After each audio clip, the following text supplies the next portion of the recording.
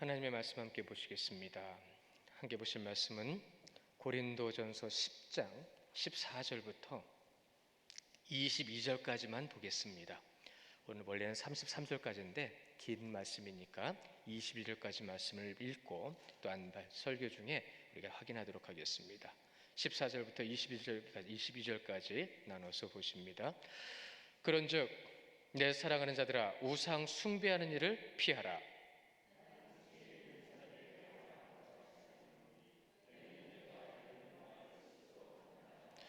우리가 축복하는 바 축복의 잔은 그리스도의 피에 참여함이 아니며 우리가 떼는 떡은 그리스도의 몸에 참여함이 아니냐.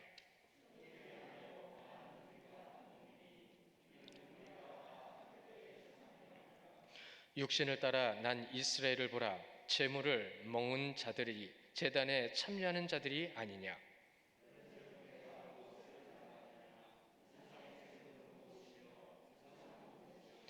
무릇 이방인이 제사하는 것은 귀신에게 하는 것이요 하나님께 제사하는 것이 아니니 나는 너희가 귀신과 교제하는 자가 되기를 원하지 아니하노라.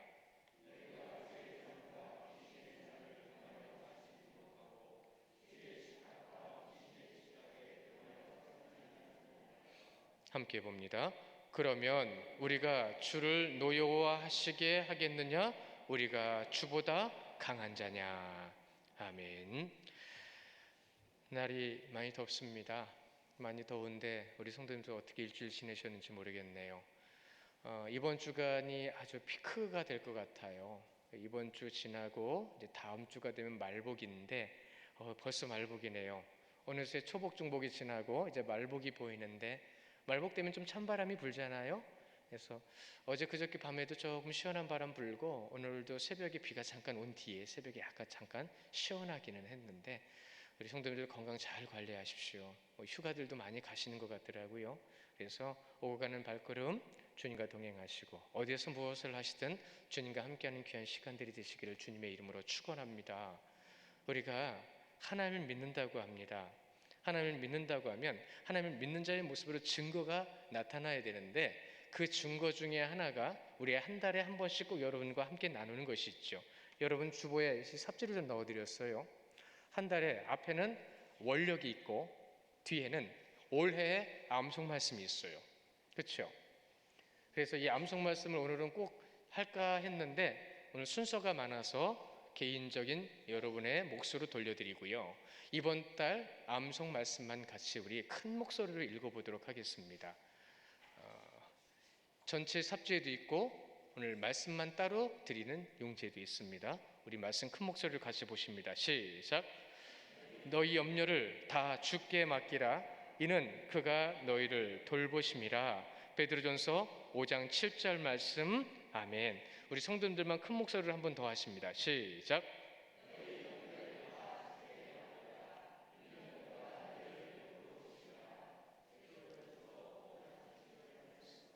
아멘.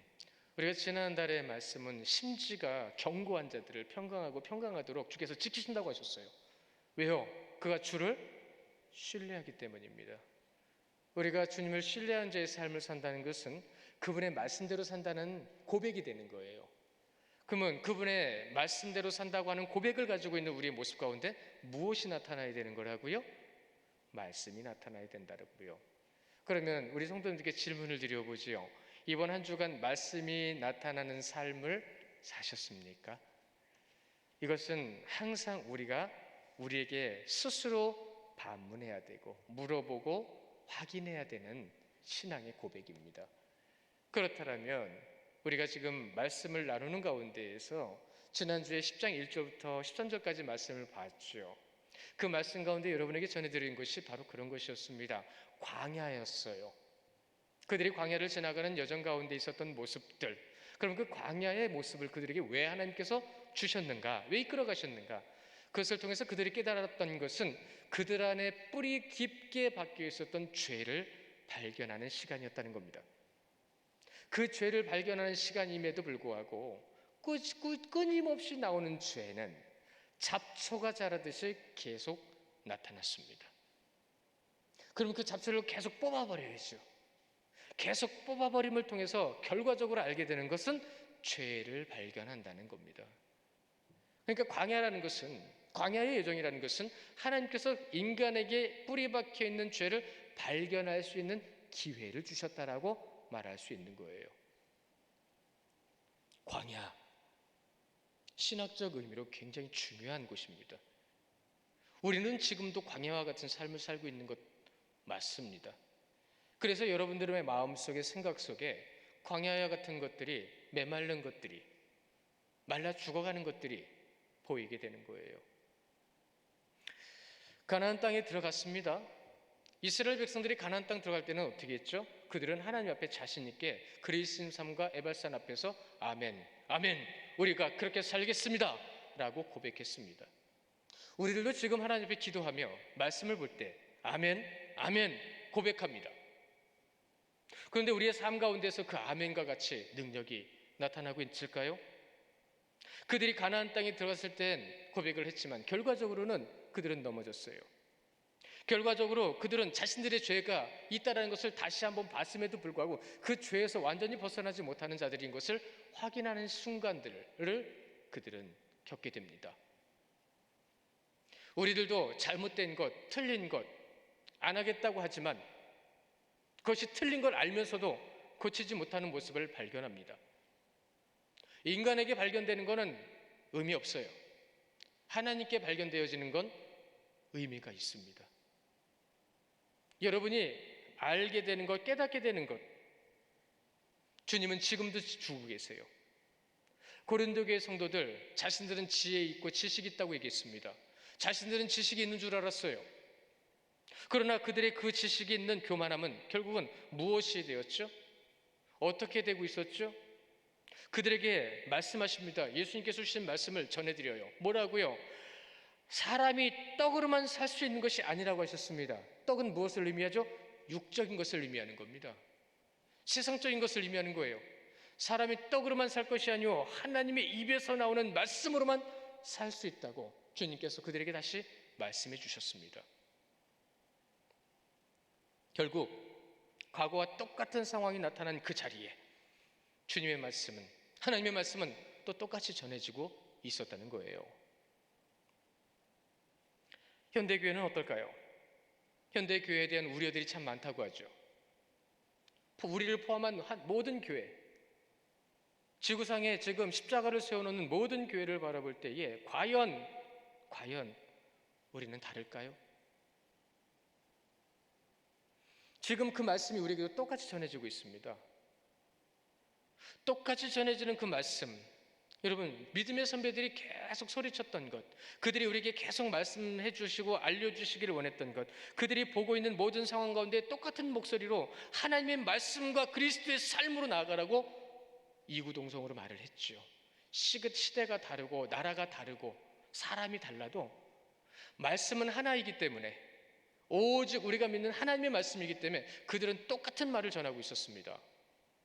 우리는 그 말씀을 지금도 듣고 있어요. 끝까지 들어야 해요. 끝까지 듣지 않으면, 천국 갈 때까지 듣지 않으면 우리는 기차는 레일에서 탈선할 수 없죠. 탈선하면 안 되죠. 그러나 그보다 더 절대적인 신앙은 흔들리고 있습니다. 우리가 10장 1절부터 13절까지 드러난 죄들을 순서대로 봤지요. 기록된 대로요.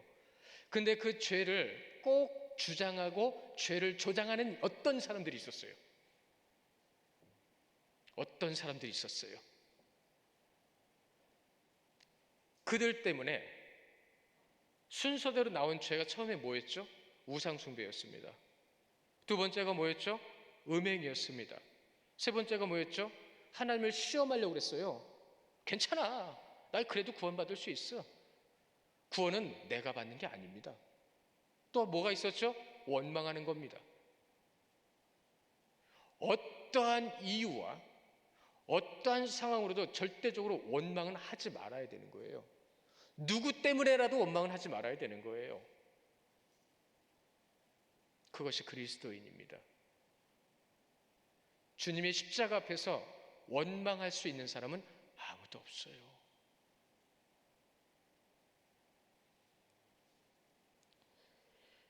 너무나도 많은 죄가 보여졌고 사실 우리도 지금 확인하고 있습니다. 그 죄 가운데에서 분명히 우리에게도 자유를 주셨는데 우리는 그 자유를 남용하고 있는 것은 아닐까요? 신학자들의 말을 전해드릴 때에 신학적인 표현과 그 의미가 이들의 이러한 우상 숭배로부터 시작된 원망에 이르기까지 끊임없는 죄는 무엇 때문에요? 자유의 남용 때문에 그랬다라고 얘기를 합니다. 내 마음대로 생각하고 내 마음대로 내가 원하는 대로 행동했다라는 거예요.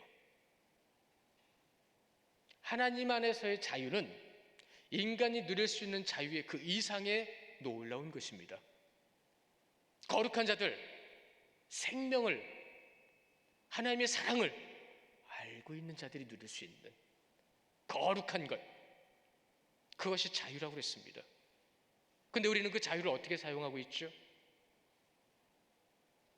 15절에서 우리가 말씀을 확인하시겠지만 그 15절부터 확인할 수 있는 말씀을 14절에서 이렇게 시작합니다. 뭐라고요? 그런즉 10장 1절부터 13절까지 말씀하신 그 모든 죄악된 모습을 통해서 그런즉 이제는 과거에 있었던 그 모든 것을 이제는 다 뒤로 하고 이제는 사랑하는 자들아 우상 숭배의 일을 피하라 라고 말씀하시는 거예요.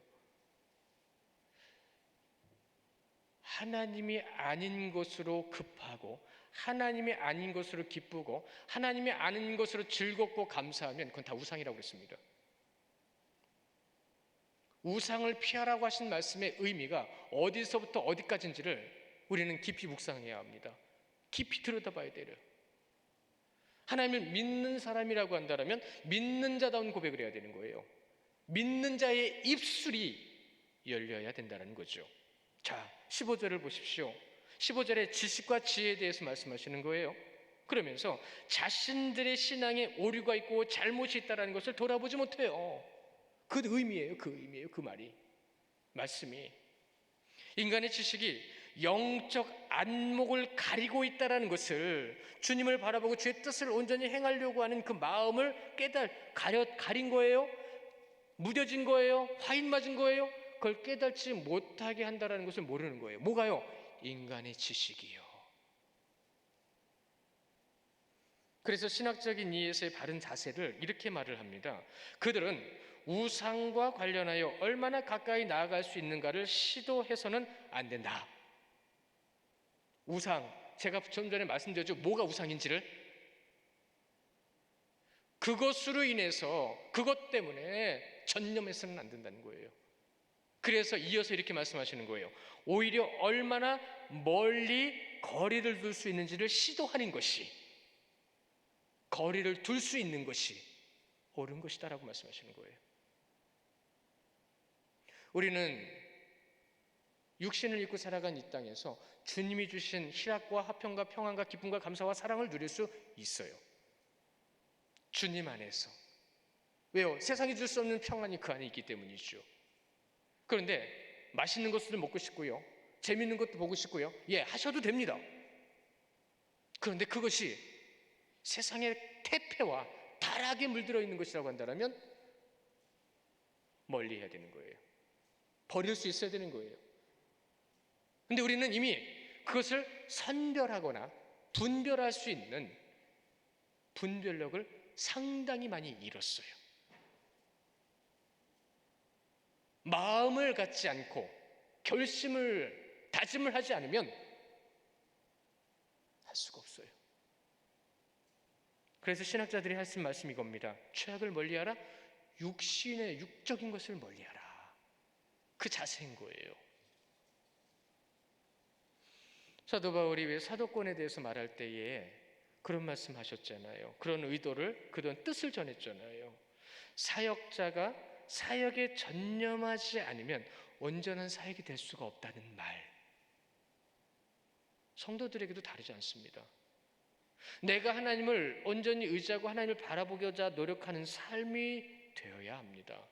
그래서 여러분, 신앙에서 신앙을 분명히 점검할 수 있는, 내 신앙을 삶에서 점검할 수 있는 자가 되어야 된다고 해요. 그럼에도 불구하고 우리는 그 신앙을 점검하는 방법이라든가 점검해야 되는 중요성을 가져보지 못했어요. 어떻게 해야 되죠? 점검을? 어떻게 하면 좋을까요? 그런데 우리는 또 알고 있어요. 알고 있음에도 불구하고 하지 않는다고 한다면 안 하는 거죠. 모르는 거랑 뭐가 다르죠? 칼을 손에 들고 있어요. 칼로 적군을 쳐서 이겨야 돼요. 들고만 있어요. 그러면 안 싸우겠다고 집에서 숨어 있는 사람 뭐가 다르죠? 칼을 휘두르지 않으면 죽습니다. 말씀의 검을 붙들지 않고 그 말씀의 검으로 서지 않으면 죽습니다. 하루의 삶의 시간 속에서 한번 시간표를 한번 짜보세요.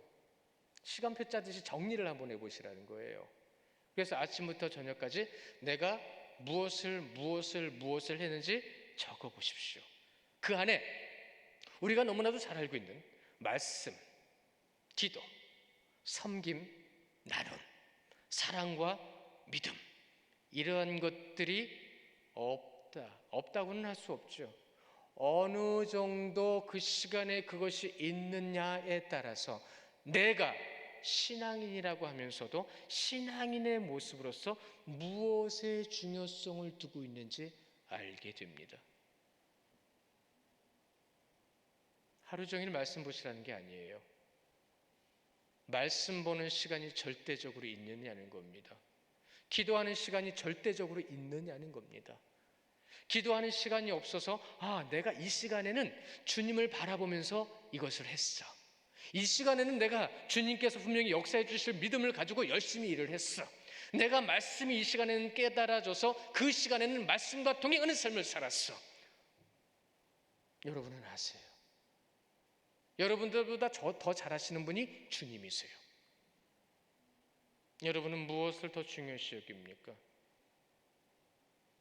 말씀보다 다른 것이 더 중요해서 말씀도 생각하지 않고 기도도 생각하지 않고 구별된 시간을 따로 드리지 못할지라도 내가 정말로 주님을 바라보지 못하는 시간들을 더 많이 보냈다고 한다면 여러분의 중요성은 거기 있는 겁니다. 그러면 그리스도인일까요? 여러분은 그리스도인은 맞아요. 그러나 아직은 홍해를 건너온 이스라엘 백성들이 해변에 서 있는 것처럼 그냥 그 자리에 머물러 있는 거예요. 세상의 광야에서 부딪혀야 될 모든 것 가운데 두려워서 웅크리고 있고 하나님은 능력이 없는 분으로 치부해버리고 나는 그걸 할 수 없다라고 나를 연약한 자로 주저앉혀버리는 거예요. 믿고 나아가십시오. 주의 이름으로 승리하실 겁니다. 15절에 나는 지혜 있는 자들에게 말함과 같이 하노니 너희는 내가 이런 말을 스스로 판단하라. 의미상으로 번역해서 말씀을 드려볼까요? 의미상 번역은 이렇습니다. 너희가 지혜 있다고 하는데 너희의 판단의 기준은 어디 있느냐는 겁니다. 여러분의 판단의 기준은 어디 있으십니까? 여러분의 생각이 있으십니까? 말씀에 있으십니까? 삶에 있으십니까? 기도에 있으십니까? 고린도교의 성도들은 당시 삶의 배경 자체가 우상숭배였어요. 고린도라는 지역은 우상숭배가 너무 만연했기 때문에 그들이 살아가는 삶 자체가 모든 것이 우상숭배에 관련되어 있었어요. 그래서 그들의 신전에서 모든 것이 이루어졌다고 말씀드렸죠. 중요한 일을 의논하는 것도, 그 일을 할 사람을 뽑는 것도, 그러다 보니까 그 일을 하고 저런 일을 하고 뭔가를 결정 내리고 또 거기서 나오는 음식을 먹고 음식을 먹을 때는 우리는 이렇게 먹습니다. 우리 그렇게 먹는다고 같이 먹어요. 근데 그 음식을 먹는 행위가 무슨 행위냐면 그 우상을 기리는 행위였던 거예요. 근데 그걸 그냥 따라해요. 우상은 없다고 하면서 나는 하나님을 믿기에 이 음식을 먹어 라고 하면서 그들은 이렇게 먹으니까 자기도 이렇게 먹는 거예요. 왜요? 거기에 그 신이 있거든요. 그러면서 자신도 모르는 것이 무엇이냐면 이런 겁니다. 그 우상이 하는 자리에 내가 거기서 빠지면 이익이 없어요. 일을 할 수가 없어요. 결국은 자신의 이익을 위해서 옳지 못한 행위와 판단을 합리화시키면서 그 자리에 있었다는 겁니다. 왜요? 돈 벌어야 되니까. 더 많이 벌어야 되니까 그들과 더 많이 해야 되는 거예요. 기준이 없어요. 아니요, 기준은 있네요. 돈. 근데 그 돈을 벌게 해주는 게 결국은 누구예요? 우상이라는 거죠. 돈 가지고 천국 가는 거 아니죠. 알렉산더 대왕이 죽을 때 관에다가 양쪽으로 두 구멍을 뚫고 손을 꺼내놓고 관을 옮기라고 그랬다 하지요. 왜요? 죽은 자의 손은 빈손이다. 아무것도 가질 수 없다. 이 세상의 것을 가지려고 무진장 애쓰며 죽는 분들이 거의 주먹쥐고 죽는답니다. 그러나 이 세상의 것이 필요 없다는 것을 깨달은 사람들은 절대로 주먹을 쥐지 않는다고 그래요. 누가 한 말이냐면 장의사들이 하는 말입니다. 손 핀 사람들의 대부분은 다 예배를 하더래요. 주먹을 꼭 쥐고 죽은 사람들 대부분은 예배를 안 하더래요. 큰 통계죠. 세부적으로 들어가면 차이는 있겠지만 여러분은 지금 뭘 쥐고 계십니까? 무엇을 위해서 살아가십니까? 성찬을 통해서 우리의 모습을 깨우쳐 주시는 말씀이 16절부터 시작됩니다. 우리가 축복하는 바 축복의 잔은 그리스도의 피에 참여함이 아니며 우리가 떼는 떡은 그리스도의 몸에 참여함이 아니냐라고 물어보시는 거예요. 너희가 지금 알고 있는 것이 무엇이냐라고 물어보시면서 책망의 질문인 거예요. 너희들이 지금 성찬하고 있잖아. 잔을 마시고 떡을 먹고 있잖아. 그런데 지금 뭘 하고 있느냐라고 질문하시는 거예요. 코로나로 인해서요, 참 안타까운 일이 많아요. 속상한 일도 많고. 근데 저는 속상한 것 중에 정말 속상한 건 몇 가지가 있어요. 그 중에 한 가지가 뭐냐면 교회에서 무슨 때가 되면 무엇을 하자고 하시는 분들도 있고 무엇을 해야 된다고 하는 분들도 있어요. 그런데 성찬은 왜 안 하냐고 물어보시는 분들은 몇 분 안 돼요. 성찬이 뭐죠? 성찬이 뭔지 모른다고 한다는 건 신앙의 지식이 없는 거예요. 아직은 잘 모르는 거예요. 그러니까 성찬을 왜 안 하냐고 물어보지 않는 건 자신이 아직은 교회가 무엇인지 잘 모른다는 것을 보여주는 거예요. 제가 왜 가슴이 안타까운지 아시겠죠? 이 시간을 통해서 만약에 잘 모르셨다면 아시고요. 축복의 잔은 예수 그리스도의 피로 세우신 새 언약이라고 했습니다. 그리스도의 피에 참여하는 겁니다. 주님 안에 속했다라는 것을 잊지 않게 하기 위해서 나누는 것이 성찬입니다. 저는 성찬은 아니지만 우리가 작년부터 올해까지 성찬을 못했지만 그래도 떡을 나눌 때, 선물을 나눌 때, 마음을 나눌 때마다 여러분에게 동일하게 드린 말씀이 있어요. 뭐라고 했죠? 떡을 떼는 마음으로 나누십시오. 의미 없이 성찬식에서 떡 먹고 잔 먹는 것보다 성도들 안에서 마음을 나누고 음식을 나누고 뜻을 나누는 것이 더 의미 있습니다. 성찬하고 나가서 싸우는 사람도 봤어요. 그 사람은 아무것도 모르는 사람이에요. 두려운 건 뭐냐면 믿음은 있는 거죠. 그게 두렵습니다. 성찬에 참여하면서 그리스도의 피에 참여함을 묵상하지 못하고 그냥 떡 먹고 잔을 마시는 것은 형식에 지나지 않은 것이다 라고 말을 합니다. 이스라엘 백성들이 그랬고 고린도 교회의 지식과 지혜의 교만함을 나타내는 이들이 그것을 보여줬던 거예요. 그것을 16절부터 19절까지의 말씀에 중요한 성찬으로 우리에게 지금 말씀해 주시는 겁니다. 또 말씀 한 절 같이 볼까요? 요한복음 6장 53절 말씀인데요. 우리 한 목소리를 크게 봅니다. 시작. 예수께서 이르시되 내가 진실로 진실로 너희에게 이르노니 인자의 살을 먹지 아니하고 인자의 피를 마시지 아니하면 너희 속에 무엇이 없다고요? 그런데 의미도 모르고 먹는 일도 똑같은 겁니다. 성찬을 하고도 나가서 싸우면 똑같은 겁니다. 왜요? 생명을 모르는 거니까. 그 생명이 뭔지 여러분은 아십니다. 우리는 압니다. 우리가 떼는 떡은 그리스도의 몸에 참여함이라고 말씀하시죠. 떡을 떼는 것은 신학적으로 굉장히 중요한 거예요. 왜요? 그 떡이 누구를 의미하죠? 우리 몸을 의미하는 겁니다. 머리 대신 예수 그리스도의 몸을 의미하는 겁니다.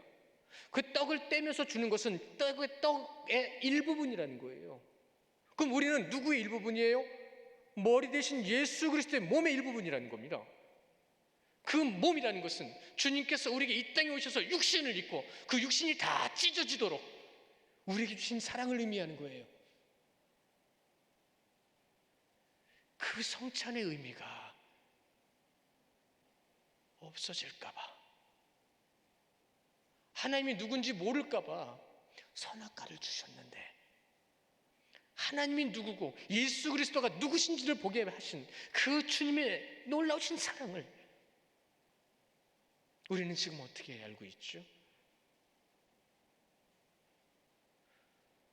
많은 교회들이 성찬하고 있는 거 압니다, 저도.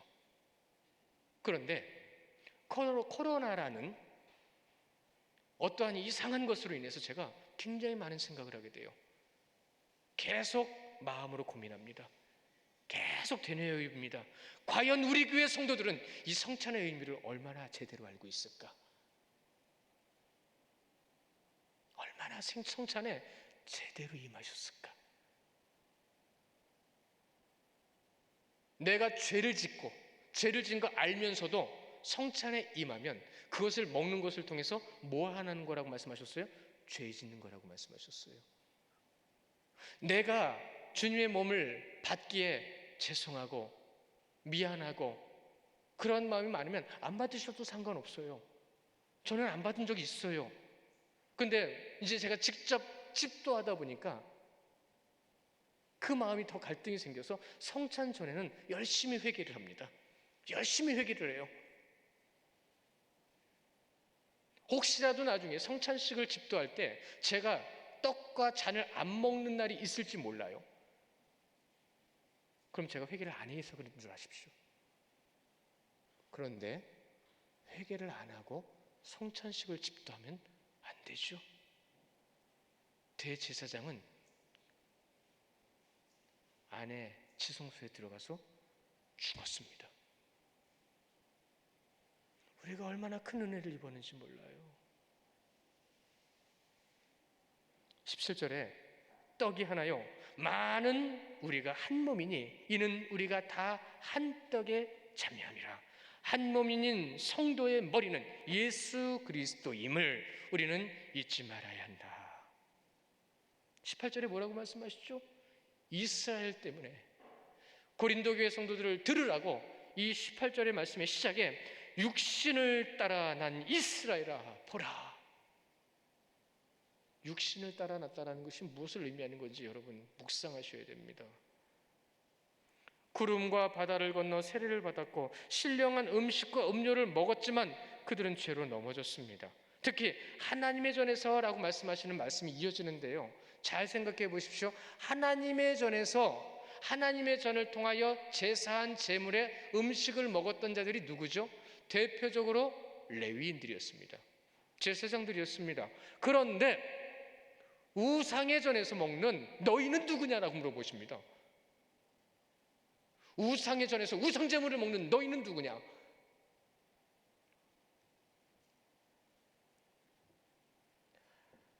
여기서 한 가지 이 말씀을 좀 드리고 넘어가야 될 것 같네요.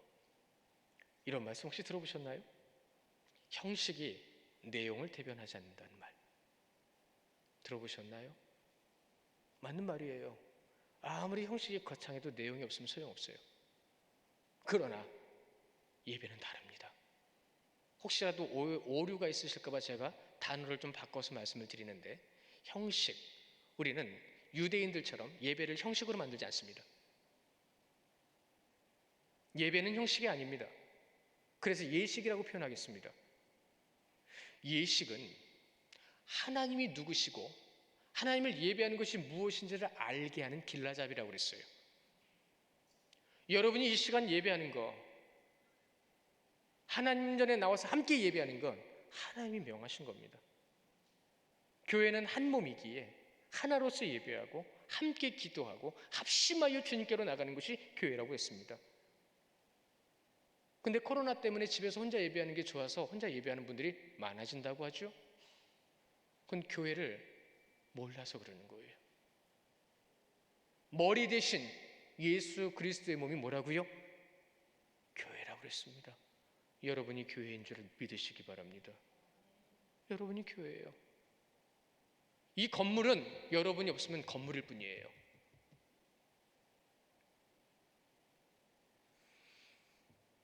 우리가 어떨 때는 다른 부류의 사람들과 함께 할 때도 있어요. 어떤 이유 때문에. 그런데 그 사람들과 함께 오래 하다 보면 무슨 일이 벌어지죠? 그 사람들처럼 살아요. 내가 지켜야 될 분명한 규칙과 지켜야 될 분명한 중심이 없으면 그냥 그 사람들처럼 살게 돼요. 그러나 내가 그리스도인이에 분별하여 구별된 자의 삶을 살기 위해서 분명히 정해진 것이 있다고 한다면, 그 예배에서 떠나지 않는다고 한다면 나는 그리스도인으로 남게 됩니다. 우리는 예배자입니다. 예배자로서 분명히 지켜야 될 게 있어요. 자, 그럼 우리는 하나님을 예배하는 예배자로서 절대적으로 지키고 있는 게 뭐가 있을까요? 여러분은 뭘 지키고 계십니까? 온통 우상 숭배했던 고린도, 우리나라도 그랬잖아요. 옛날에 불교 문화였습니다. 그게 뭔지도 모르고 제사했고요, 그게 뭔지도 모르고 제사장 앞에서 절했던 사람이 저예요. 그러다가 복음을 들었습니다. 그리스도가 누군지 알게 됐습니다. 그러면 이제는 그리스도가 누군지 알게 됐기 때문에 가려졌던 눈이 열리고 가려졌던 귀가 열립니다. 그럼 우리는 이제 어떻게 해야 되죠? 이제는 우리는 어떻게 해야 되죠? 이걸 모르면 그리스도인이 아니죠. 우리는 알고 있습니다. 알고 있기 때문에 그분의 뜻을 따라가야 돼요. 고린도전서 8장 4절에서 말씀하셨는데 함께 보실까요? 8장 4절 함께 보십니다. 시작. 그러므로 우리의 재물을 먹는 일에 대하여는 우리가 우상은 세상에 아무것도 아니며 또한 하나님은 한 분밖에 없는 줄 아노라. 우리가 믿는 하나님은 유일신이십니다. 오직 한 분이십니다. 그 한 분이신 하나님을 믿고 있는 거예요. 그 한 분이신 하나님을 믿는데 현실에서 성도들은 지금 무엇을 나타내고 있죠? 현대 그리스도인에게 가장 필요한 것이 뭐라고 얘기하죠? 그것을 구별이라고 얘기하죠. 구별된 자의 삶, 구별된 자의 삶. 성도로서 구별된 자는 인간의 지식과 지혜를 따르는 자가 아니라 하나님의 지혜를 따르는 자입니다. 때로는 겸손할 필요가 있고요, 절제할 필요가 있고요, 온유할 필요가 있고요, 또한 담대하며 또한 그 가운데 절도 있게 무엇을요? 하나님의 권위를 나타내는 자. 하나님의 권위는 무엇이죠? 그리스도의 위엄은 하나님의 말씀, 그 말씀의 권위에서 나타난다고 했습니다. 여러분은 그리스도의 위엄을 무엇으로 나타내고 계십니까?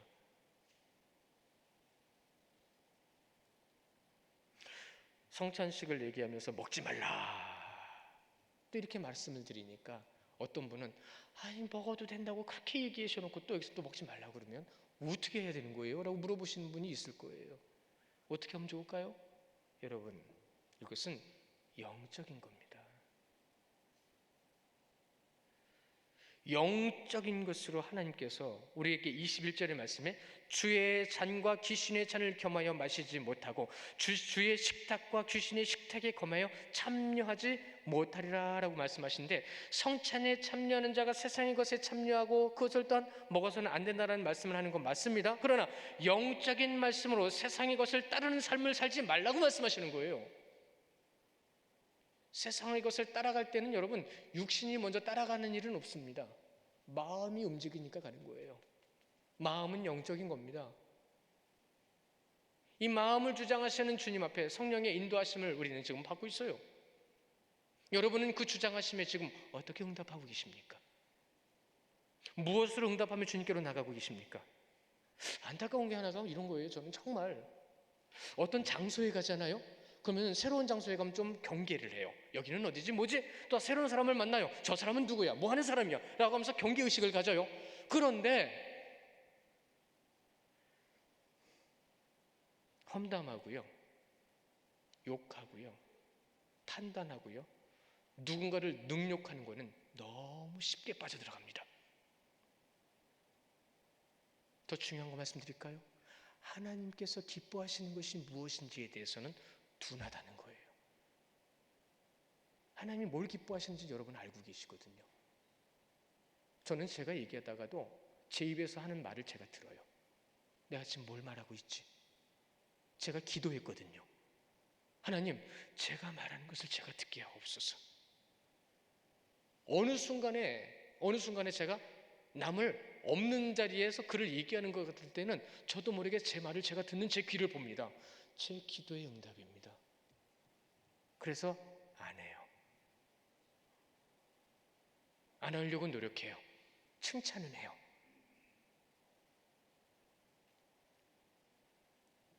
입술이 무엇을 하는지 잠언은 기록합니다. 혀가 무슨 일을 하는지 잠언은 기록합니다.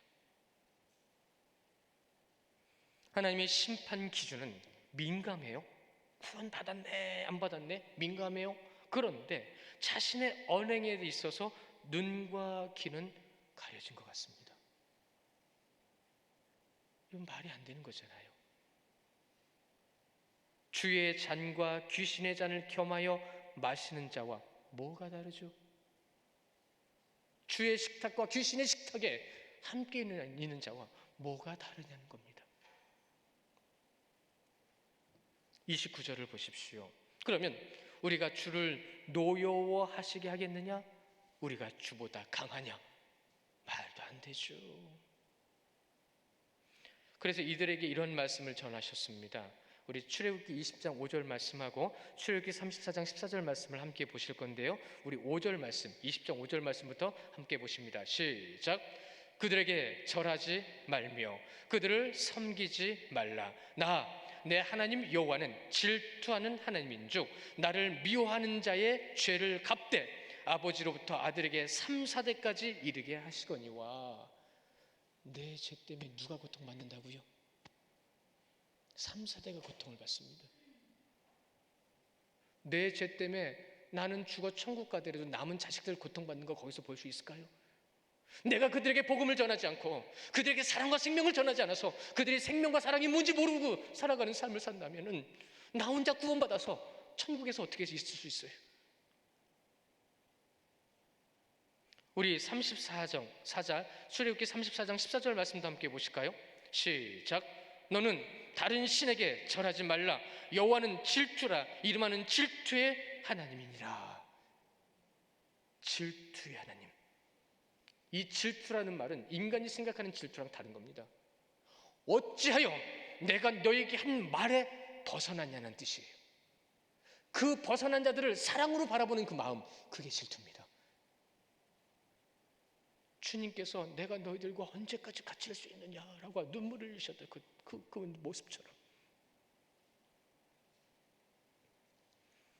하나님을 하나님으로 믿는 자는 그분의 말씀대로 순종하는 자라고 그랬습니다. 그렇다면 그 말씀의 삶이 그대로 나타나는 것, 그것이 믿음의 증거라고 그랬습니다. 우리는 하나님 앞에 얼마나 믿음의 증거를 보여주고 살아가고 있을까요? 솔직히 현대 많은 그리스도인들에게 이런 말을 합니다. 마음대로 듣고 마음대로 이해하고 인식하며 행한다. 여러분 23절의 말씀이 그것을 뜻하는 겁니다. 보시면 깊이 묵상해야 될 말씀이에요. 모든 것이 가하나 모든 것이 유익한 것이 아니요 모든 것이 가하나 모든 것이 덕을 세우는 것은 아니니. 고린도전서 6장 12절에서도 이 말씀하셨거든요. 근데 오늘 23절에서 또 말씀하세요. 의미가 달라요. 아니요, 같은데 더 깊어지는 거예요. 뭐냐면 고린도전서 6장에서 말씀하신 것은 불완전한 인간의 모습을 말씀해 주신 거예요. 불완전한 인간의 모습. 그런데 오늘 23절에서는요, 불완전한 그 인간이 세상과 타협하고 있다는 겁니다. 세상과 타협하고 있다고요. 성도로서 교회 안에서 하나 되어야 하는데 세상 것 때문에 세상 것에 타협해서 교회 안에 들어와서 분쟁을 조장하는 겁니다. 제가 전에 교회 사역하는 교회에서 그런 분이 있었어요. 나 이번에 뭐 하나 했어. 어깨 빡 펴면서. 그러니까 그걸 듣고 있는 어떤 성도님은 좋겠다. 그 안에서 뭐가 생겼을까요? 하나님을 의심했을까요? 시기 질투했을까요? 다 있었을 겁니다. 장담할 수는 없어도 많은 것들이 있어요. 24절에 누구든지 자기 유익을 구하지 말고 남의 유익을 구하라. 남의 유익이 뭐죠? 교회와 성도의 유익을 말하는 겁니다. 내 것으로 유익을 만드는 것이 아니라 여러분을 위해서 유익이 되게 하라는 거예요. 교회를 위해서. 신앙은 나를 위한 것이 아니라 남을 위한 것이다 라는 말씀 여러 번 전해드린 것 같은데, 구원의 확신이 있는 성도는요, 자신보다 구원받아야 될 사람들을 바라보게 된다고 하죠. 여기서 잘 들으셔야 됩니다. 구원의 확신이 있는 자는 구원받아야 될 자들을 바라보게 됩니다. 그런데 이 말의 의미를 깨닫는 이들은 성숙하신 분이에요. 그리고 이것이 당근이 아니라 채찍으로 느껴지면 더 성숙하신 분이에요. 내가 더 섬기지 못했구나. 내가 더 사랑하지 못했구나. 로마서 15장 2절 말씀 같이 보실까요? 이웃에 대한 말씀인데 함께 봅니다. 시작. 우리 각 사람이 이웃을 기쁘게 하되 선을 이루고 덕을 세우도록 하지니라. 23절에도 덕이 나오거든요. 가하나 덕을 세우라라고 나오거든요. 같은 의미인데요, 덕은 기초를 의미합니다. 덕을 세워야 교회가 바로 섭니다. 내가 믿음의 후배들을 위해서 덕을 세우지 못하잖아요. 그러면 그 믿음의 후배들은 덕을 세우지 못한 모습을 그대로 답습합니다. 답습해서 무슨 일이 생기냐면 나중에 꼭 문제가 생겨요. 네가 잘났네, 내가 잘났네. 결국은 그 안에 가장 그 소용돌이 속에 누가 있냐면 덕을 그렇게 만들어 놓은 내가 거기에 있게 됩니다. 그래서 신학적으로 그 책임은 나에게 있다라고 말씀하십니다. 그럼 어떻게 해요? 그 자리에서 그 문제를 해결해야 되잖아요. 그게 아닙니다. 그렇게 하면 안 됩니다. 그제서야 깨달으면 나로 인해서 바로 서지 못한 그 사람은 어떻게 하실 거예요? 나로 인해서 성장하지 못한 그들은 어떻게 하면 좋습니까?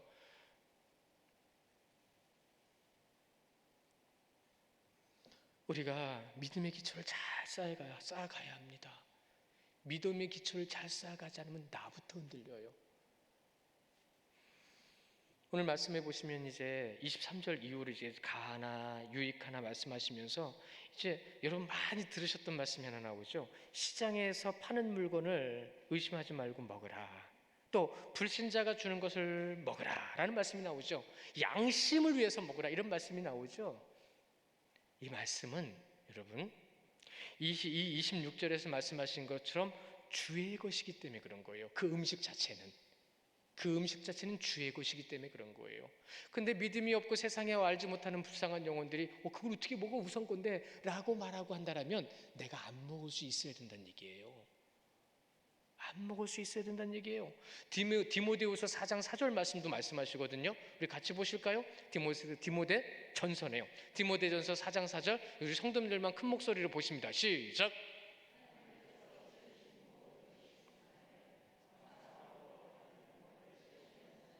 그렇죠. 누구 것이라고요? 하나님의 것은 어떤 것이라고요? 선한 거라 했습니다. 근데 세상 사람들은 자신들의 기준과 자신들의 생각을 가지고 지금도 잣대질을 하고 있어요.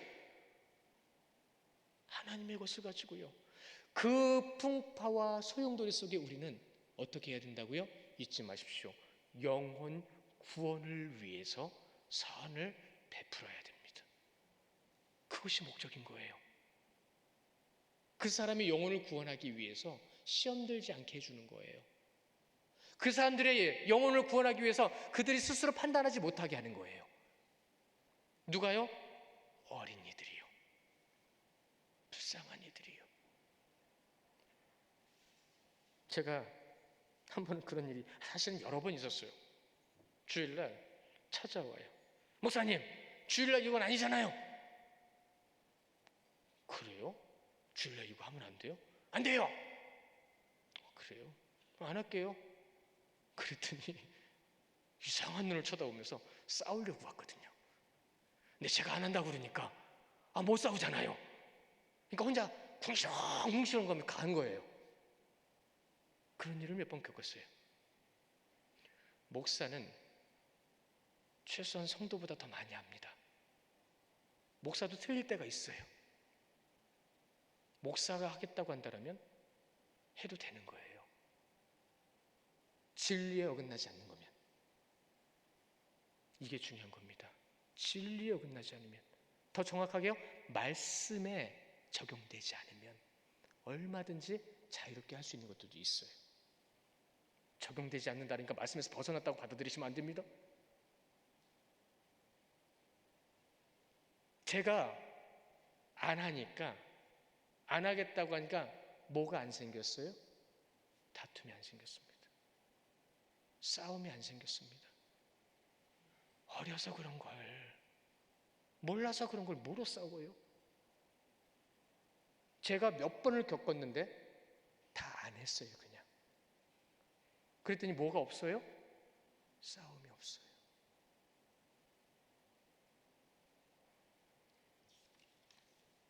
(30절에) 만일 내가 감사함으로 참여하면 어짜여 내가 감사하는 것에 대하여 비방을 받으리요.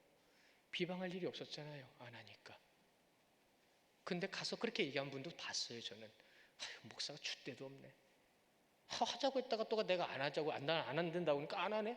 줏대가 없대요. 또 얼마나 어린지. 우리는 오직 예배, 주님의 말씀, 그분의 사랑, 그것만 나타내면 됩니다. 이 모든 것은 무엇을 위해서, 누구를 위해서 해야 하는가라는 것, 우리는 찾을 수 있습니다. 그것을 찾게 되면 이 의문도 분쟁도 혼란도 사라지게 되는 거죠. 그 혼란이 사라지는 자리에 우리는 설 수 있게 되는 겁니다. 31절을 보십시오. 오늘 말씀에 가장 중요한 제목이 들어있어요. 우리 31절 같이 보실까요? 시작. 그런즉 너희가 먹든지 마시든지 무엇을 하든지 하나님의 영광을 위하여 하라. 무엇을 위해서 하시라고요? 하나님의 영광을 위해서 하십시오. 그것이 우리에게 맡겨주신 거예요. 근데 하나님의 영광을 위해서 해야 되는데 할 거야! 해야 돼! 네가 뭔데? 라고 해버리면 하나님의 영광은 가려지는 거죠. 잊지 마십시오. 가정 안에서도 똑같습니다. 개인의 삶에서도 똑같습니다. 여러분이 머문 그곳에서 무엇을 먹든지 무엇을 마시든지 무엇을 하든지 오직 하나님의 영광을 위해서 하시는 여러분들 되시기를 주님의 이름으로 축원합니다. 우리 끝으로 이 말씀만 같이 보시고 마치도록 하겠습니다. 베드로전서 4장 11절 말씀입니다. 함께 보십니다. 시작. 만일 누가 말하려면 하나님의 말씀을 하는 것 같이 하고 누가 봉사하려면 하나님의 공급하시는 힘으로 하는 것 같이 하라. 이는 범사에 예수 그리스도로 말미암아 하나님이 영광을 받으시게 하려 함이니 그에게 영광과 권능이 세세 무궁토록 있을지어다. 아멘. 기도하겠습니다.